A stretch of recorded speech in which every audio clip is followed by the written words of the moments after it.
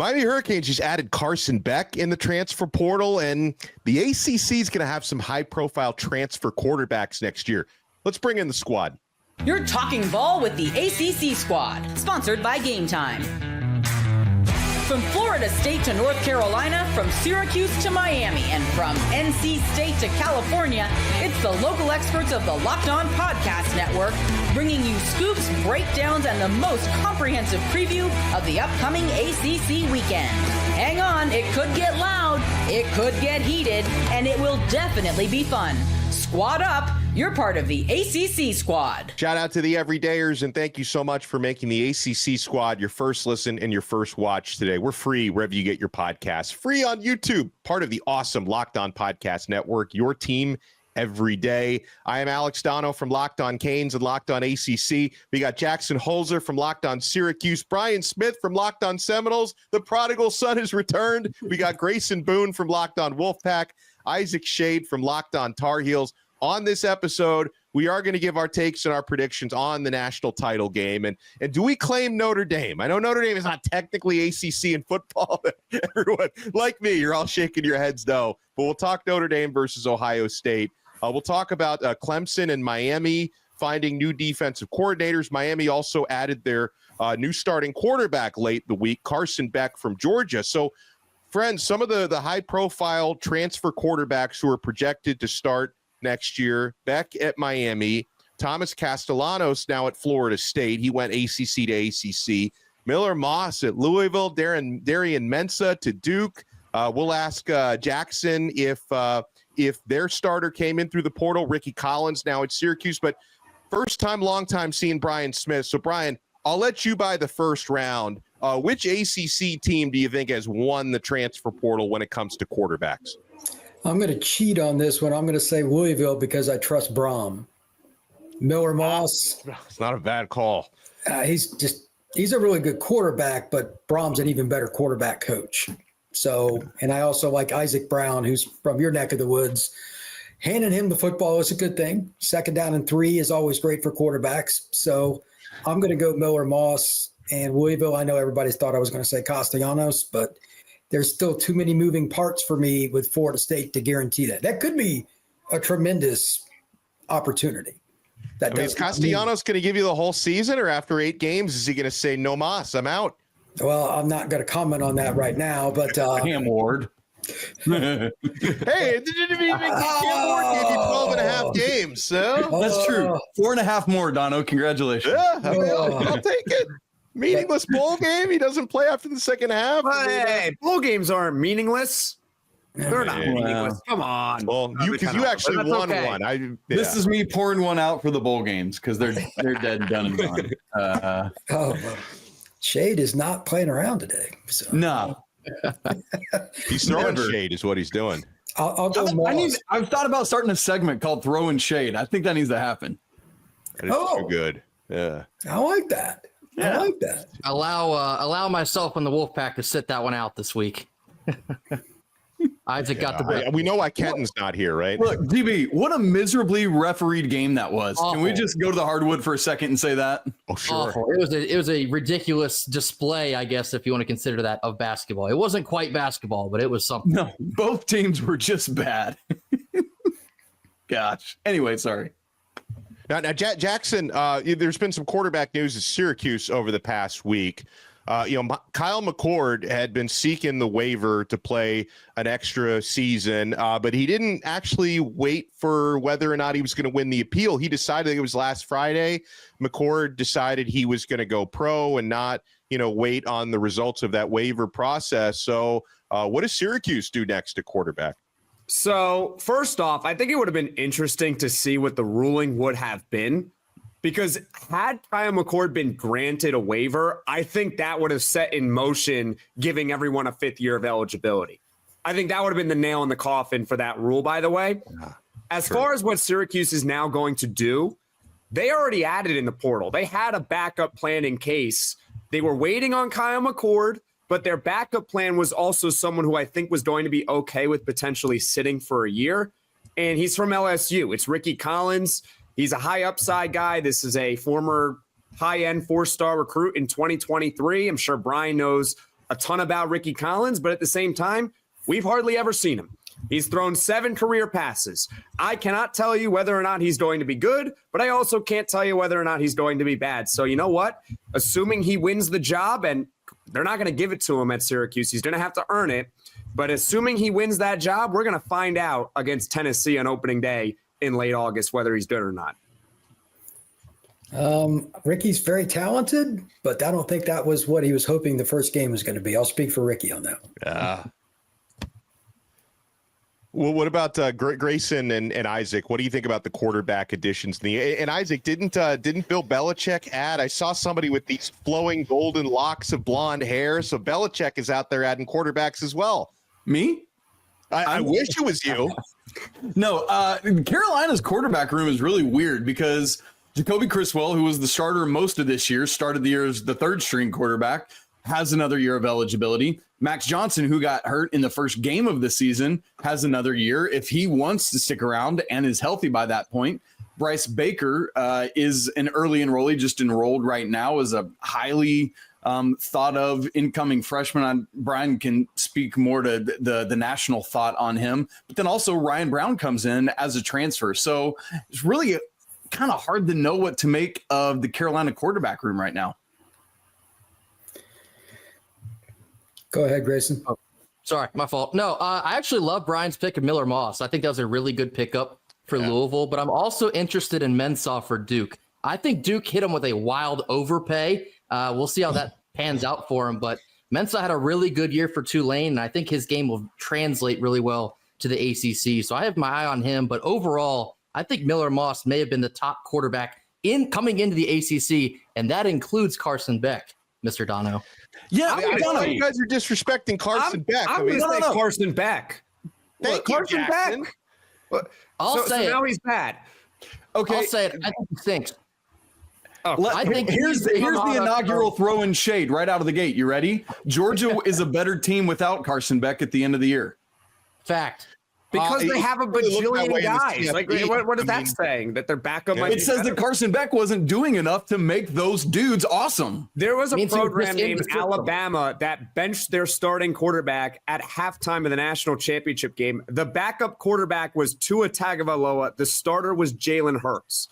Sometimes Carson Beck is neither of those. It's not a bad thing. Carson Beck is not even smelling either of those dudes.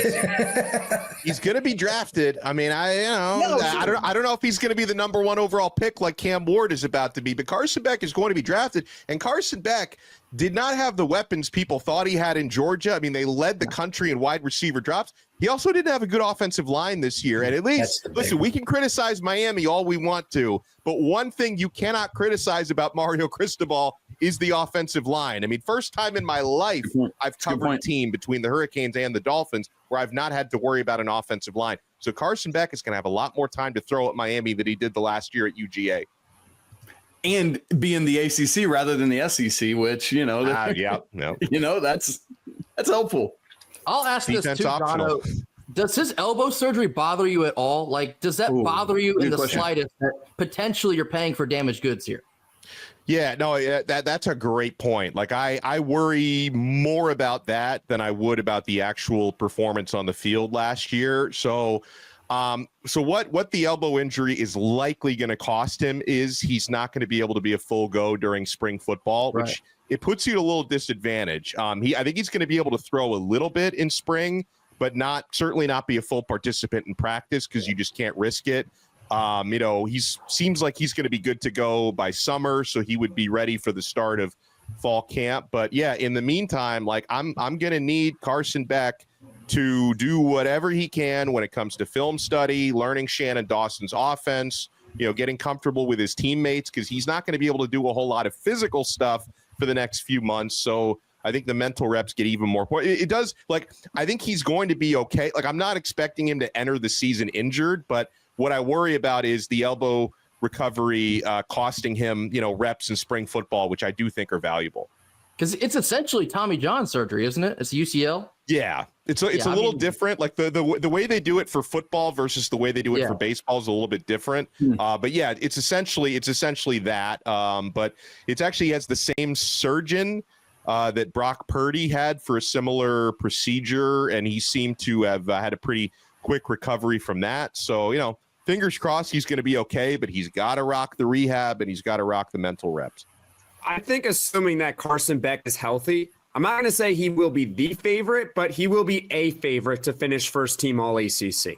Oh, yeah. I think that can't be argued. And look, you're coming off having Cam Ward for a season. You're not going to find anyone better than Cam Ward, who might be the number one pick in the NFL draft. But I think Carson Beck is about as good of a consolation prize as you're going to get. And he is someone who it's probably not going to happen, but he does have number one pick upside, granted, because that was the expectation heading into last season, that he was going to have this big year at Georgia once again. He was going to be the number one pick, and he had a good year. But I look at Carson Beck, and I'm like, I think he was more of a victim of the expectations. He had a really good year, but when you expect the guy to be like, hey, this is a number one pick right here, every team, they should probably be tanking in the NFL for this guy. And then all of a sudden he has a couple mediocre games. You're like, I don't think he's really that good. But in reality, I think Carson Beck is a really good quarterback. And assuming he's healthy, he is going to be one of the favorites for All ACC next year.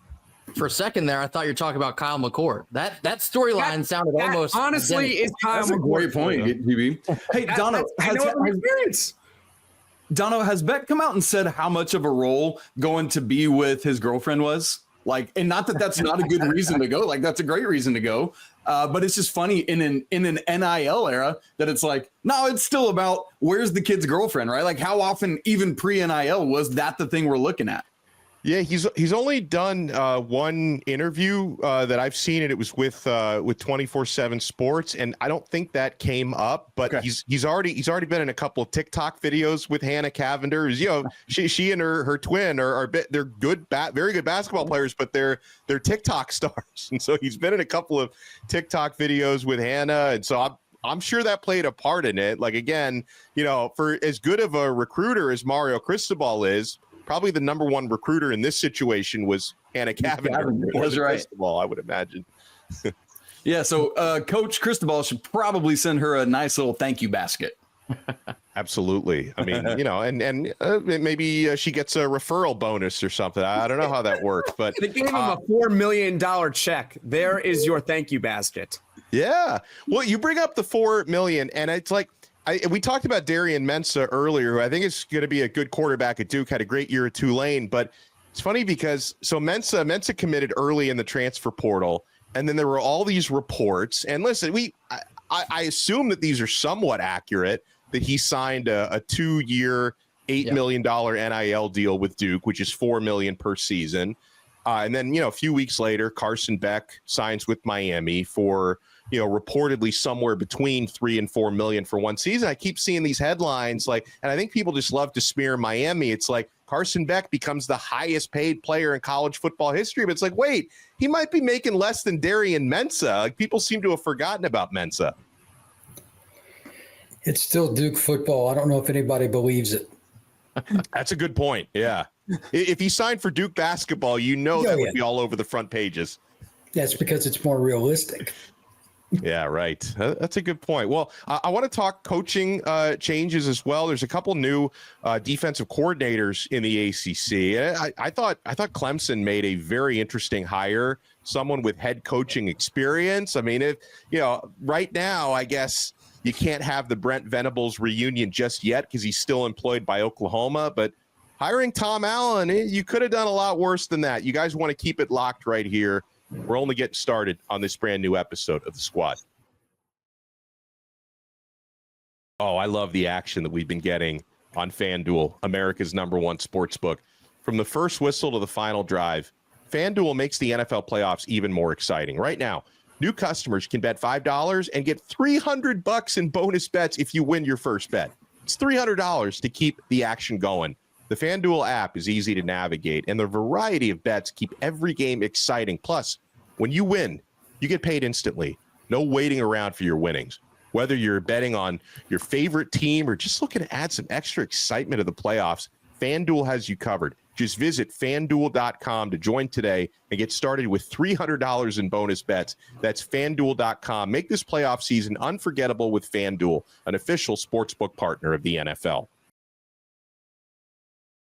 Thank you for making the ACC squad your first listen and your first watch today. Alex Donno from Locked On Canes, Jackson Holzer from Locked On Syracuse, Brian Smith from Locked On Seminoles, Grayson Boone from Locked On Wolfpack. Isaac Shade has to do some basketball coverage tonight, so we thank Isaac for his contributions.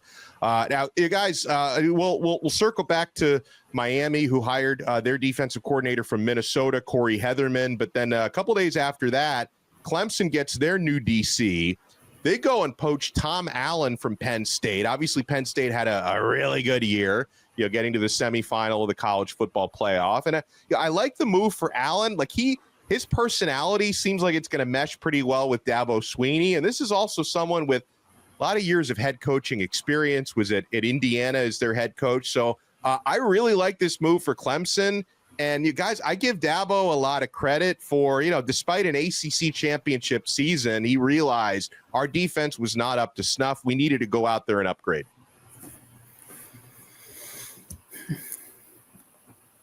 The action is priceless. As someone who participates in the Textile Bowl with Clemson every year, this move worries me. In fact, I think Clemson might have just taken another step to being Clemson of like 2016 to 2018. If you go and poach one of the top defensive coordinators in the country, you bring back it seems like their entire offense, probably outside of Maffa.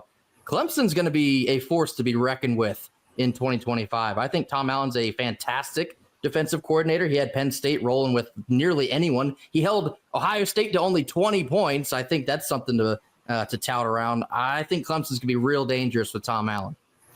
That schedule in the ACC will help them because they still have a front seven that's different than probably anybody else's in the ACC. That's the other thing. Is he the same DC as a guy that's now in Norman, Oklahoma? I will say no, but he's still a heck of a lot better than what they had. I mean, Clemson didn't maximize their talent. So Grayson brings up a great point. I pretty much agree with what these two said. It's another good hire for Clemson. They're going to be one of the favorites for the ACC again. And, all those takes about how Clemson's demise and everything like that after their loss to Georgia, all of a sudden it's just been going downhill since. Actually, it's been going uphill since for Clemson, downhill for everyone else who thought that Clemson was done. Well, and on that note, guys, I mean, Clemson, they should be. We're going to have those ACC media days coming up this summer, and the media is going to vote on this. But I would imagine Clemson is going to be pretty big favorite to win the conference next year. And it's not only defensively, they've got a lot of young talent on that defense. I thought they underperformed a little bit, but their defense is going to mature. And I think Tom Allen is the right guy to lead that group. But also, Cade Klubnik, Kenton and I, preseason, we ripped him a little bit on Locked On ACC. We're both eating crow because Klubnik had a really good year. And then you get that stability for another year with the same quarterback, Klubnik, who's coming back for his senior season. Continuity with offensive coordinator with Garrett Riley, talent to throw the football to. So, with a lot of other teams have, instability and changes, but Clemson to me is a team that I think could really peak next year. And they just won the ACC. They kind of won it through the back door, with 3 losses. They kind of snuck into that championship game and did what they did. I think next year Clemson is going to be more of an 11-win type of team versus the 9 wins where they snuck in this year. I don't disagree. There's a chance Clemson runs the table. Florida State's not Florida State anymore. Syracuse isn't going to sneak up on anybody. Neither is Georgia Tech. Everybody's got them on recognition. There's that team in Raleigh that we need to see them step back up. I won't make, there's a certain guy on this show that would like that. Don't hold your breath. Yeah, well, I'm not. Right now, I'm extremely down on a certain head coach in Raleigh because I just don't think he can recruit well enough on offense in particular. But Miami's the wild card. Yeah, they're the wild card every year. So, is there a team that's even close to Clemson in the ACC next season? Maybe. Louisville, maybe Clemson has a problem with Miami. I don't know, but it's not going to be very many teams. Clemson in the regular season, they went 9-3, correct? Correct. They went 9-3, and I'm looking up the stats right now. They had the 73rd ranked defense in the country. They let up 389 yards a game, and they went 9-3. Yeah, just going up 20 spots with the senior quarterback that is starting in his 4th different season. Good luck beating them, especially in Death Valley. Yeah. That is not going to go very well. They'll probably win just about every close game. Experience matters, better coaching staff. same systems coming back on offense. They're going to be very, very dangerous. And they're using the portal their now. First game of the season, by the way. They're playing LSU. Oh, it's true. If they win that LSU game, it's going to be real hard. Grayson, how many guys has Clemson taken? 2 or 3? 3. I don't think 3 now. Very many, yeah. But the quality. That's all they need to do is just fill a few holes. Like they'll get 3 more than last year. Exactly. I mean, I said they wouldn't sniff a title again until they use the portal. This might be enough because they got a senior quarterback to go with it. And they got a couple pretty good players already. So we'll see what else they add. But they got a big roster coming back, too. It's a very senior-laden team. And you're right to say that Miami's a wild card. And if they're able to cash in that wild card status, fixing the defense or trying to do that is a big part of it. And, not surprisingly, Miami also had a defensive coordinator vacancy, and they it's a little bit. I actually thought Miami was going to hire someone of the profile of a Tom Allen, a little older, a lot of head coaching experience, but they went the other way on it. Corey Heatherman, who he's succeeded everywhere he's been, including, he was at Minnesota last year as their DC. And when he took over, Minnesota had the 69th rated offense in the country. He got them to number 5. Miami had the 69th ranked offense this year. Can he get Miami to the top 10 or the top 5? I mean, the talent is, I don't think Miami is deep enough on defense. There is definitely some talent there. Guys like Ruben Bain, Wesley Basaint, who underperformed a little bit last season. He's going to try to get them back on track. Akeem Mesidor is coming back for his 6th year next year. And so, this is someone who doesn't have as long of a resume as a Tom Allen, but I'm wondering if Corey Heatherman, who I had a chance to see him and meet him yesterday, the guy looks like a Viking. Like, I wouldn't want to let that guy down if I was playing on his defense. So, I mean, if Miami can get the defense right, who knows? Because that's what let Cam Ward and company down this year, fellas. Well, Miami just needs to be able to keep teams under 20, 21 points because they'll still score a lot, and they've got really good running backs and an offensive line. They just can't be a sieve. But that secondary last year was comical. Yeah. I mean, seriously, it was comical. Jackson knows it firsthand. It was Swiss cheese. I mean, you guys had a legit quarterback, but they got smoked by some teams offensively that their quarterback was not in the Cam Warren realm, not even in the stratosphere. So they don't fix that. It won't matter that they went out and got Georgia quarterback and got all these other players. They got to fix secondary. Yeah. Hey, talk to me, Brian, about the staff changes at Florida State, especially Gus Malzahn coming in at OC. Now that's a guy with a lot of experience, very long in the tooth. Gus Malzahn. What's the chatter been down in Tallahassee? Well, there's a lot of things with that. Gus has worked with Norvell. They were together at Tulsa, so that's the connection. They think that their systems can blend. I still need to see it because I always worry about too many cooks in the kitchen. Gus is a play caller, and he's a very stern guy on what he wants to do. But he was the guy coaching the GA/receiver coach, who's now his head coach. It's bizarre how it's kind of turned around. We'll see how that works. But on defense is where I'm more experienced thinking about the way it looks. Coach White is a DC. He's bringing pot roast, as they call him, the defense coordinator from our D-line coach. That's the key. They're going to run a 3-3-5. And Florida State's one of the few schools that ran a 4-2-5 that has the big bodies to run a 3-man line. They got massive players.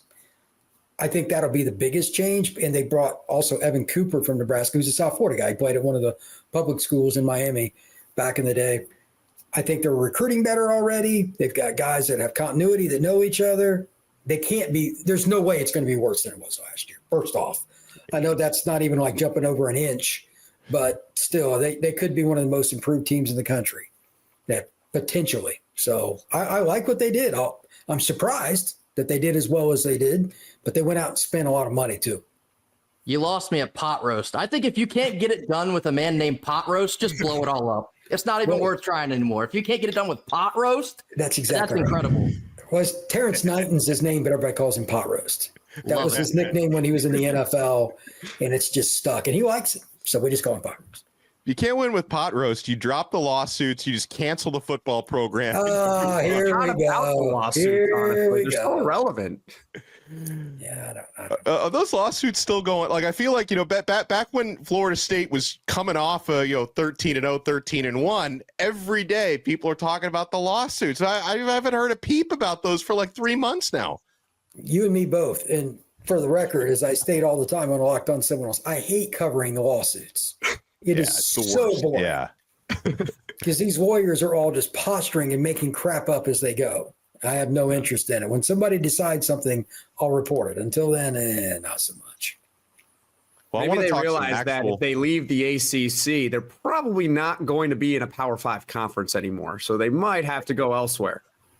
They might have to join the group of 5. Hey. I don't know what's going to happen, but I don't think it'll end quickly. That's the only thing that I'm assured of.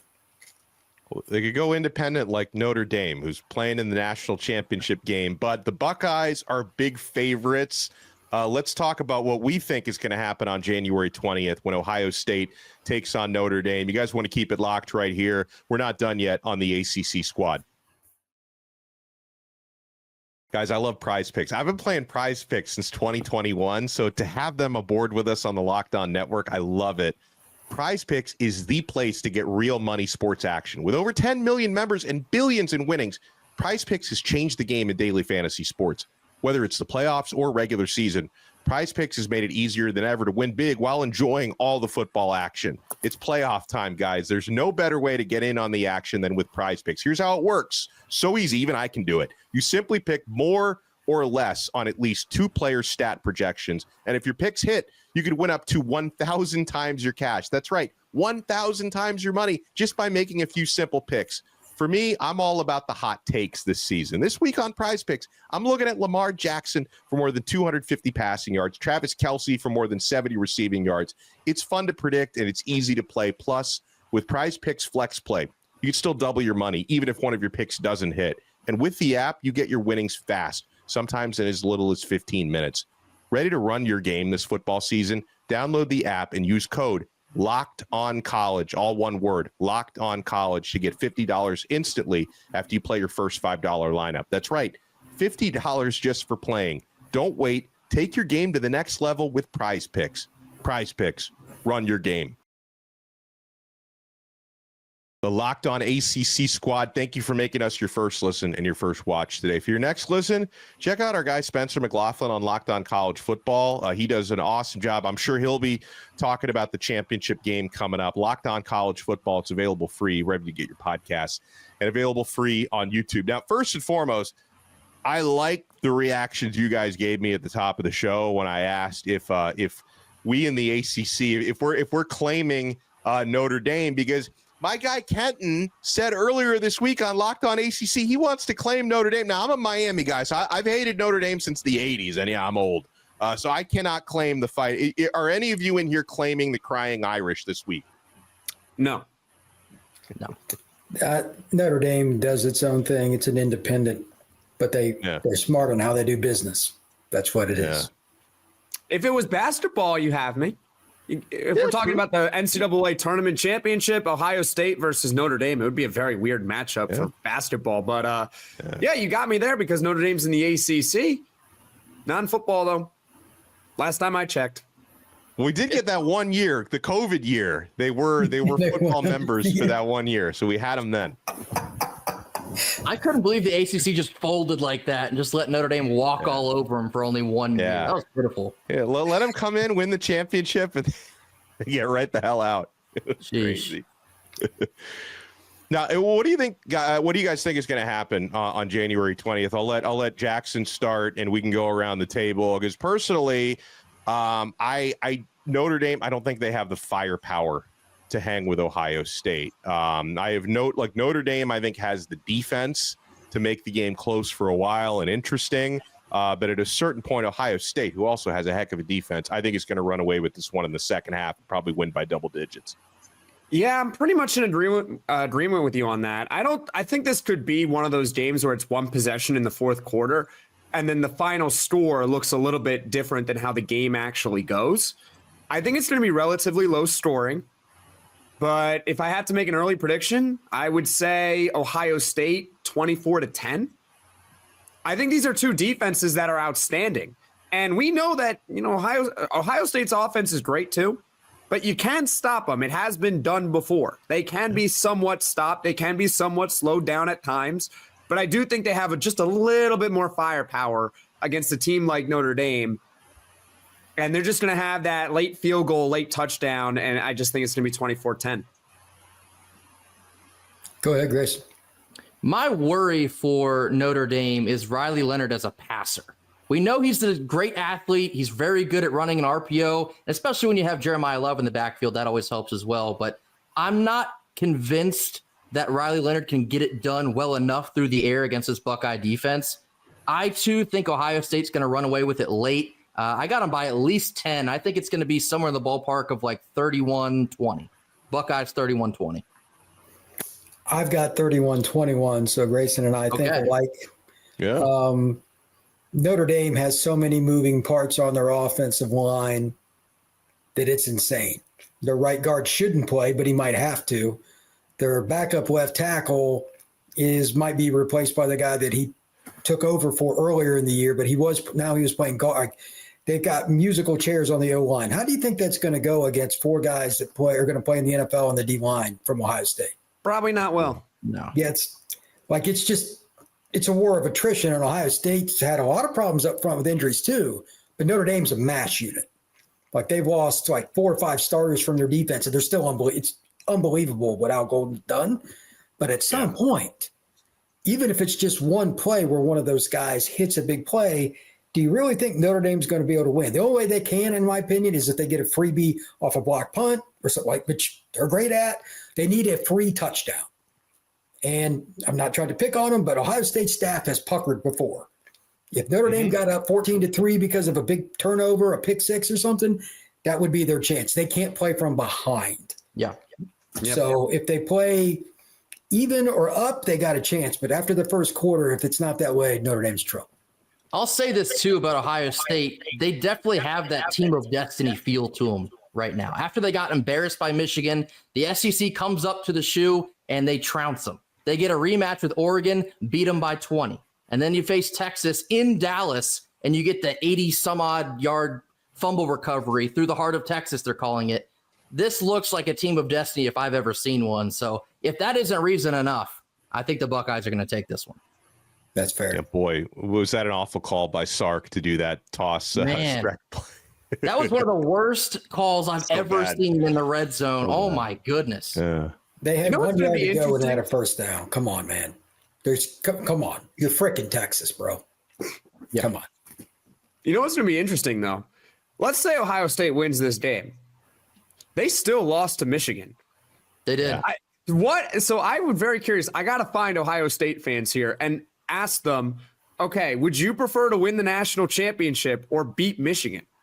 I don't know. Crazy. You don't take the chance. Of course you're going to take the title, but they still hate Ryan Day. Like, I grew up close to the Ohio line. Those people are in a cult. It is a cult, straight up. Yeah. No ifs, ands, or buts. It's the worst fan base in college sports. Oh, there's no question. Like, if Ryan Day wins this championship, he's the guy that the fans are not going to give any credit to, because to them, he's still the guy who loses to Michigan. They're going to give credit to everyone but Ryan Day. Yes. It will be a very interesting offseason to discuss all of that about Ryan Day. And I'm going to hear all kinds of things about it, and I'm going to enjoy all of it, as I'm sure all of you will. If he wins the title, I think he should. He could probably have his choice of other jobs. I think he should win the title and then put both middle fingers up and leave Columbus on top and show the fans. Why would he leave? Where else is he going to go? Like, how much better does it get than Ohio State? Well, I mean, Syracuse would take him. I mean, I love Fran Brown, but.